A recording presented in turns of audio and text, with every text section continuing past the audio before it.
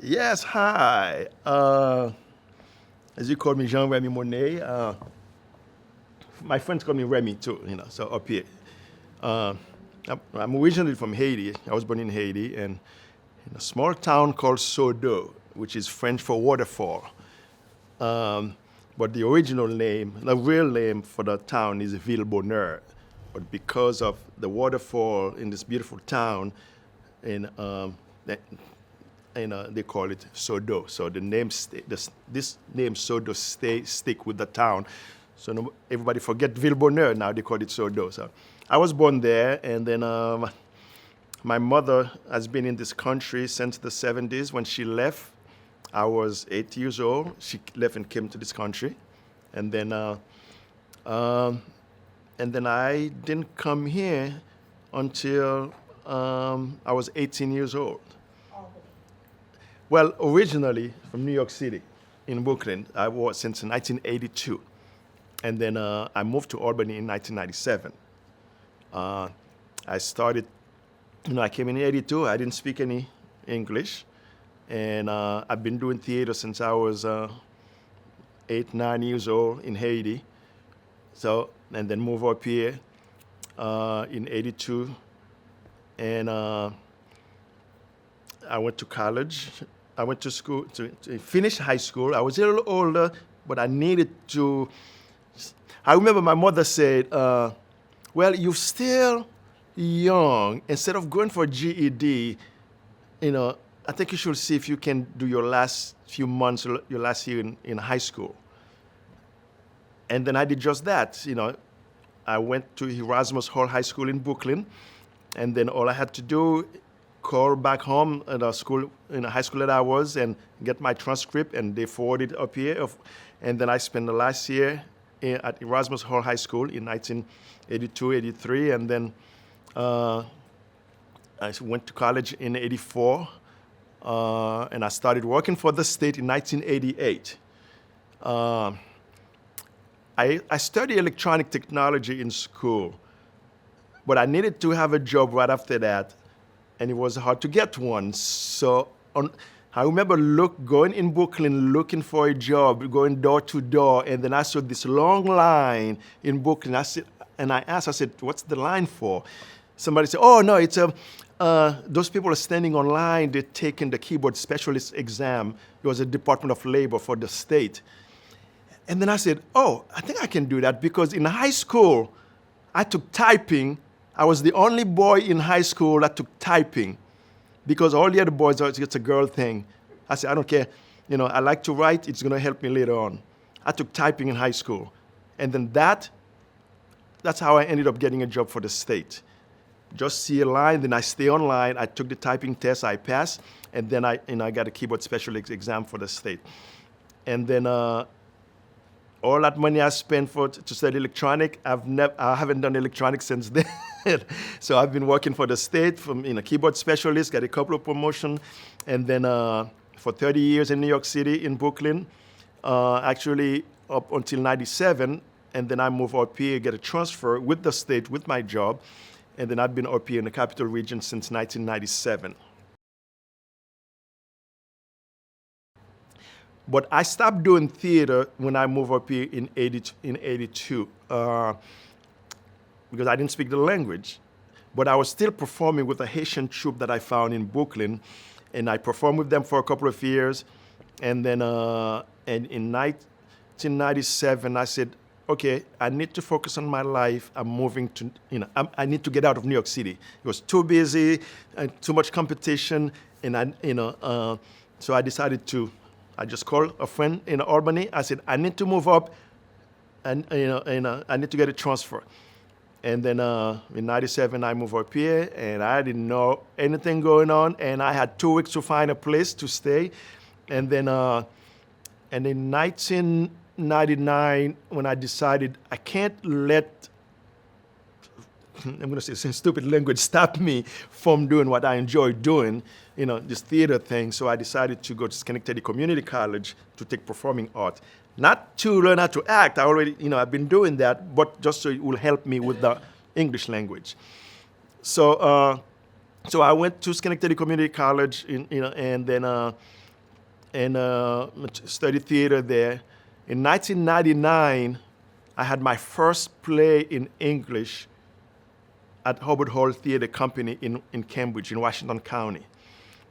And then it was tough. It was my first play in English. I still have this thick accent, and I have people that tell me, well, you're gonna have to change your accent if you want to get part in and stuff. I said, well, tough. I guess I'm never gonna get part because I'm not gonna try to change my accent of who I am. And I continue growing, and I work at Hubbard Hall in a couple of theater companies, and I took what I did very seriously. And then I started to realize that if you respect yourself, you respect people, you work well with people, you work hard, people will work with you. They will forget that you had an accent as long as they know you're going to work on it. And you know what?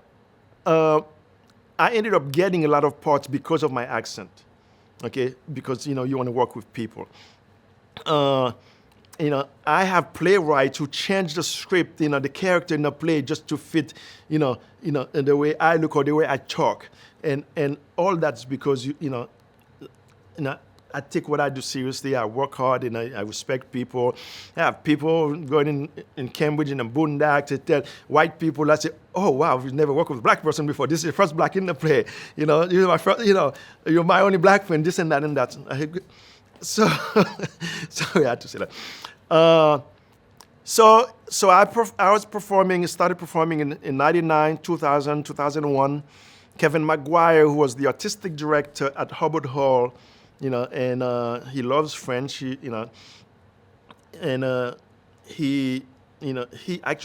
actually gave me a chance with my first play. And then Kevin said, Remy, you've been performing with us for 2 years. It's time for you to go out there, and you can do this. Don't worry about what people say. I started going out to audition for the theater company, and then since then, I've performed almost every theater company in the area. I perform in New Paltz, New York. I travel, getting home at 4 in the morning when I had to go to work at 7 o'clock because I was trying to build something. And I did not say no for any small part, because I just take it because I'm trying to build something, and I kept going. And I remember friends sending me article in the newspaper. They're looking for this actor. I was doing all that. It does feel good now after all that I've been doing now. I have people just call me and say, hey, Remy, I have a part for you. This and I want to work with you because, I've built this foundation. And in 2009, I realized, now, go back in 99, 2000, when I was doing theater, I could count in my finger how many black actors there were in the area. I don't know, me, 1, 2, maybe 3 other people, black actors, male or female. And then in 2009, I said, it's been good.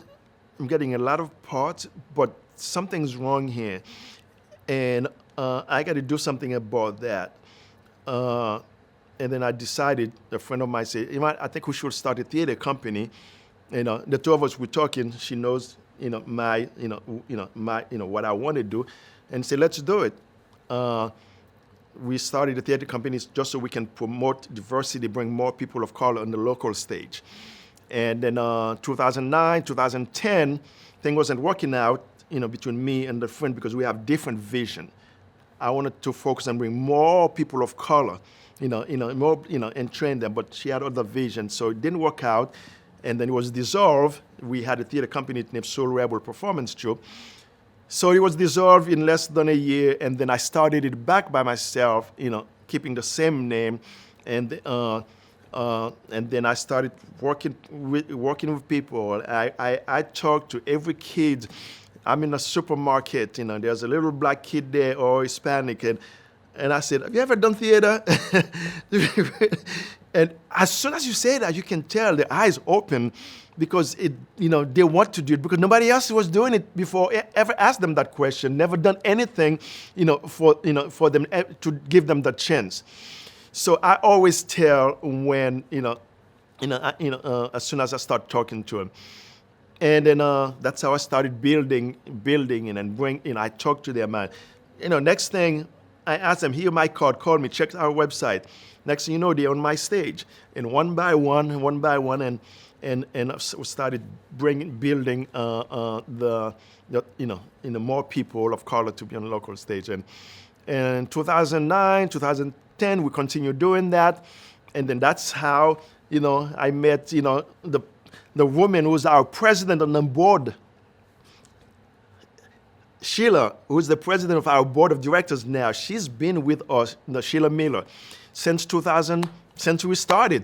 Sheila's been our stage manager, our assistant director, costumes, makeup, actors, performers. She's done it all, and I couldn't think of anybody better to take on to be the president of the board, and one of the best things that happened in the board, and. I continued doing that, doing one production a year, working with the community and working with every theater company, train people and work with them. And then in 2018, I was eligible to retire from the state after 30 years. I know I did not have enough money to retire, but if I can retire, I don't care. I'm going and do, and I got something better to do. If I need money, I can always get a part-time job for 2 months. But I wanted to focus on my, on my art, but to go back with this theater thing, there is 2 reasons why I started a theater company. To promote diversity, to bring more people of color, and to do meaningful work. Meaningful meaning, I don't think I'll ever be in theater if I was just going, on stage to do some Neil Simon play and something. To me, it's good for most people, but I'd like to do play that tell stories, our stories that, things that they never teach you in school. That tell, our story, our struggle. We have a lot of black leaders, we have, people who, have a struggle, and we had, to fight racism and things that educate people, whether you're black and white. Okay, and this is the kind of plays. I remember after a few years, I never at first considered myself an activist, and until people start saying, well, Remy's an activist. I said, no, I'm not. And I said, yes, you are.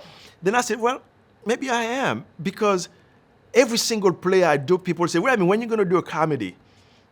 I said, that's not my thing. I will do comedy. If the play that I'm doing, it's something to educate people, it's something to fight, all the injustice, social injustice and all this stuff. If you think it's funny, it's funny. But this is what I wanted to focus on. There are people who goes out there, with the sign, Black Lives Matter, no justice, no peace. It's beautiful. That's how they protest. There are people who write, about what they experience, about the black people experience, and the Mexican, whatever it is, and they write about it. There's poets. That's how they protest. Me, I find a play that can educate people. I raise my voice on stage. After the show, I will have a talk back, and then whether it's white people or black people, and then and just make sure the play that I do, if you come to see it, you'll be uncomfortable. You're not going to be insulted, but that's good, because we're about educating people. When I tell people, myself as a black man, like I was telling you earlier, I like to dress up. I don't just like to dress up, just dress up, because I know that's one way I can get a little respect. Tony can go to the doctor with a pair of shorts. They will treat him better than if I would show up wearing a pair of suit. You know what I'm saying? One of the best things I can tell you, I have a lot of support in the community. I have a lot of support in the community from black and white, because they know not only that the kind of work that I do, and that will bring people together. They know the kind of work that I do that will educate people, and so they support me. I mean, good example. And Philip Morris, who run the collaborative, okay, and reached out to me 2 years ago because they know the kind of work that we've been doing, that and with the Black Theater Troupe, what I've been doing, working in the community, and to educate people, and wanted to support. I know him for a while. I know Maggie for a while. I said, Remy, we have a brand new building. We'd like to give you a home. Okay, because before that, we didn't have any problem finding a space, but we were all over the place. We were renting space at Siena College. They've been very good, in the last couple of years with us. We rent space at Sage College, okay, and we rent spaces at the Sand Lake Center for the Art in Avon Park. And all those people are people who are supporting us, giving us a place to perform, so when I get to this point, I'm here in this space at CapRep. Yeah, that's a dream come true. I still have to deal with me being black in this world. I still have to, I have a friend of ours, who gave us a sticker. That's the Black Theater Troupe of Upstate New York. Okay, and those are really nicely printed from a print shop, and with glue in the back, two-sided. All I have to do, put it in my car window. I can promote our theater company. I can do that because I can get up in the morning and then somebody broke my window because it says Black Theater Company in it. I still have to deal with that. There is the African American Cultural Arts Center during this 2020. How many times they broke their windows? They videotaped a white person just because it's the African American Cultural Arts Center. As a black person, no matter how much, my theater company, if I was white, if it was a white theater company, I would have been so much further done where I am now. I will have grant people throwing grant at me, just writing, hey, I need some money. Okay, it's different. Okay. Yes, I'm very grateful for what we're doing. I'm grateful for Philip and Maggie, and giving us a home, but you still have to deal with you being black. If I get up in the morning, I have to make sure. The reason I said I like to dress up, because I know that's one way I can be treated a little bit. If a cop pull me over, for example, if I'm wearing a hat, a baseball cap, I have to make sure that oh no, I look okay. You know what I'm saying? A little bit. So all of that is thing that I have to deal with as a black person, even running the theater, running the theater company, and little thing like worry about naming my theater company the Black Theater Troupe. Originally, that's what I was supposed to call it, but I know the Albany area wasn't ready to have a theater company named Black Theater Troupe in 2009. Okay, so we went for a different name. But when I retired in 2018, I said, I don't care, they're going to have to deal with it. They have to deal with it. And that was one of the best decisions I've made by changing the name, and because people find us, families want a home for their kids, black kid, Hispanic, and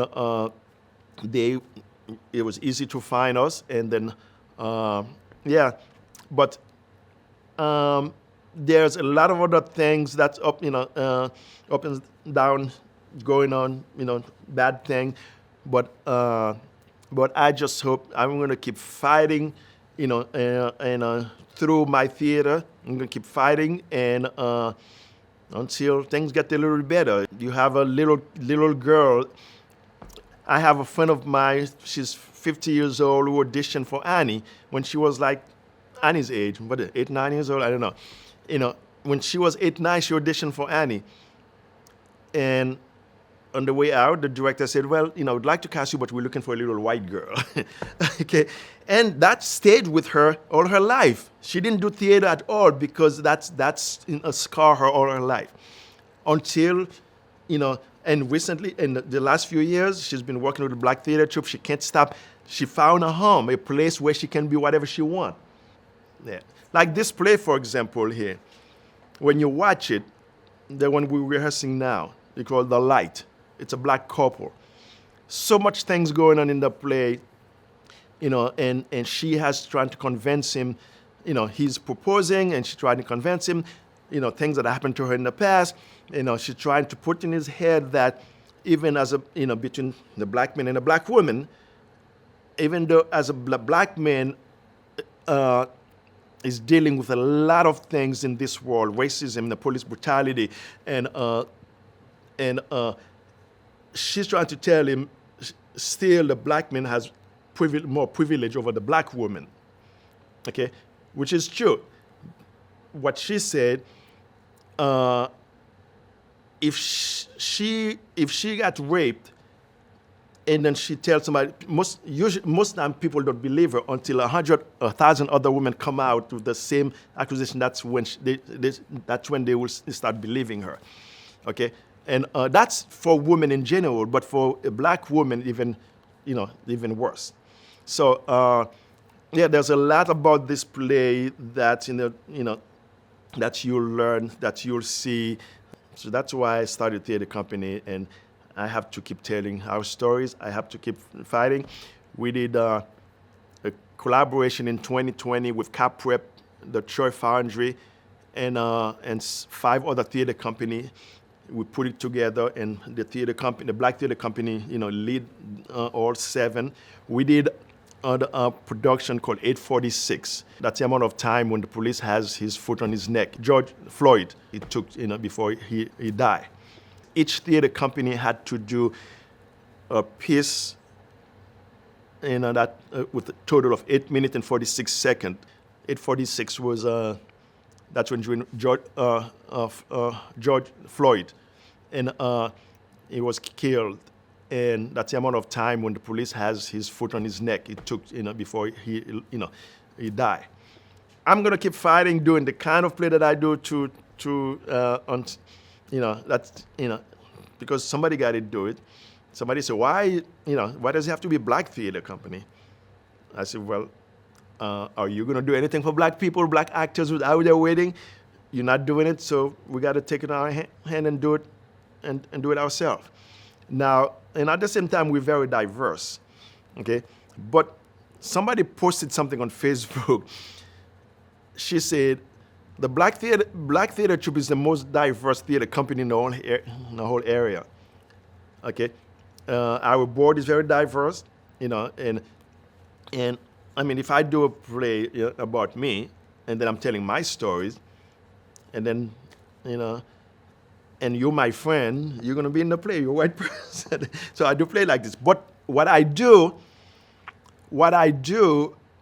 I will do exactly the opposite of what the theater companies in the area is doing, where the majority or the main characters are black, the minority or the less, the maid will be white. You know what I'm saying? You don't see anything about race in there. That's how I reverse it. You come see, you come because you talk about slavery, and it's involved everybody. Yeah, but I want to make sure I give the opportunities to the black person, and a chance to play the major role things, because they didn't get that before in other theater company. It's always the side role, the maid, the slave. So you come to this theater company, you can be whatever you want. You can play anything you want. I'll do Annie. I'll have a little black girl play Annie. You know what I'm saying?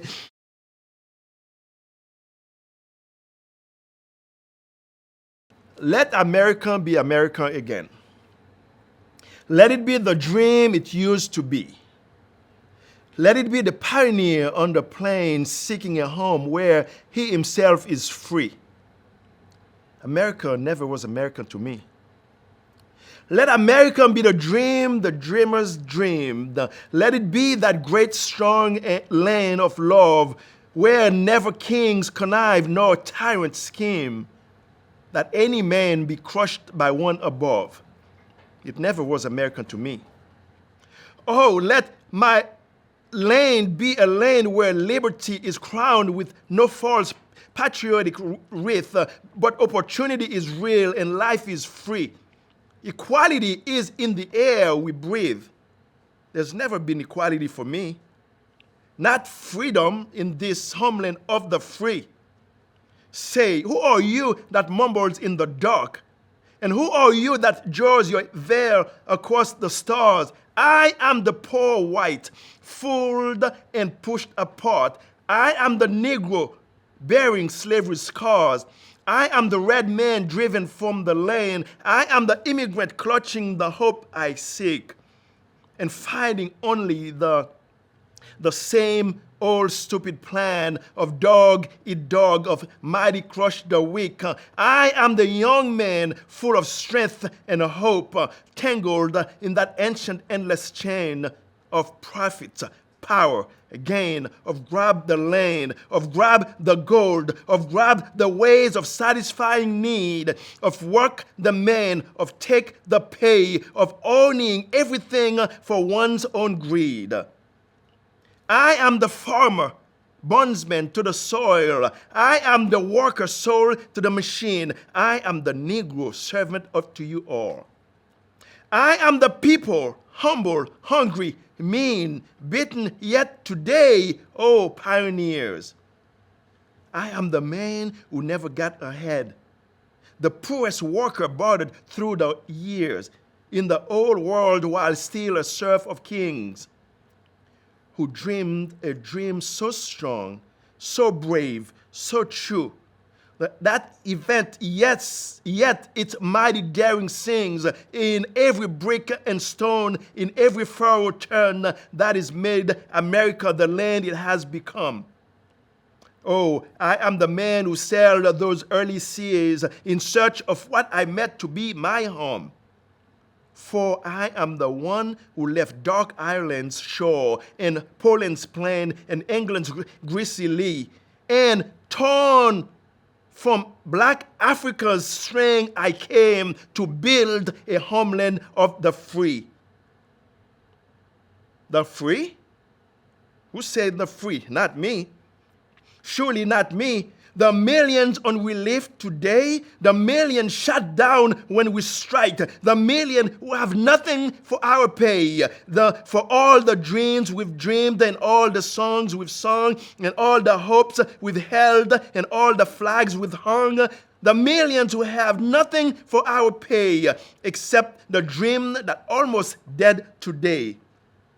Oh, let America be America again, the land that never has been yet, and yet must be, the land where every man is free, the land that is mine, the poor man's, Indians, Negroes, me, who made America, whose sweat and blood, whose faith and pain, whose hand at the foundry, whose plow in the rain, must bring back our mighty dream again. Sure, call me any ugly name you choose. The seal of freedom does not stain from those who live like leeches on the people's lives. We must take back our land again. America, oh yes, I say it plain, America never was America to me. And yet I swear this oath, America will be. Out of the rack and ruin of our gangsters' death, the rape and rot of wrath, and stilled and lies, we, the people, must redeem the land, the mines, the plains, the rivers, the mountain, and the endless plain, all of the stretch of this great green state, and made America again.